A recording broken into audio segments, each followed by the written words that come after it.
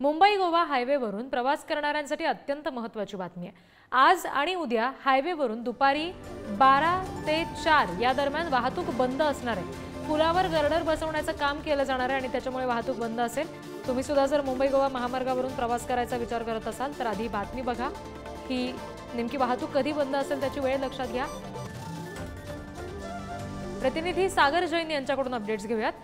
सागर, नेमकं कुठल्या वेळेमध्ये वाहतूक बंद असेल असं समजतंय आणि कुठल्या वाहनांसाठी ही वाहतूक बंद असेल?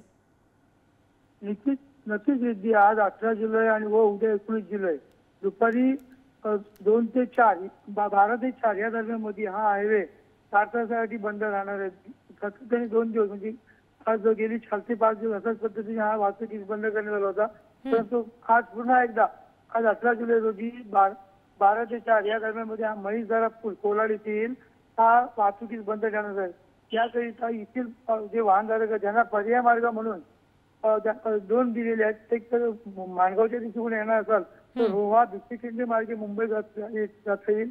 त्याचबरोबर मुंबईच्या दिशेने येणारे जी वाहनधारक आहेत त्यांनी नागोठणा, वाकण, पाली, भिरा मार्गे माणगाव असा प्रवास करायचा आहे। या दरम्यान हा जो गर्डर आहे हा सर्व साहित्य पडलेला आहे, परंतु काही कारणास्तव आणि पाऊस भरत मोठ्या प्रमाणात असल्या कारणाने हा उशीर झालेल्या कामामुळे आज पुन्हा एकदा काम 2 दिवस बंद चालू करण्यात येत आहे।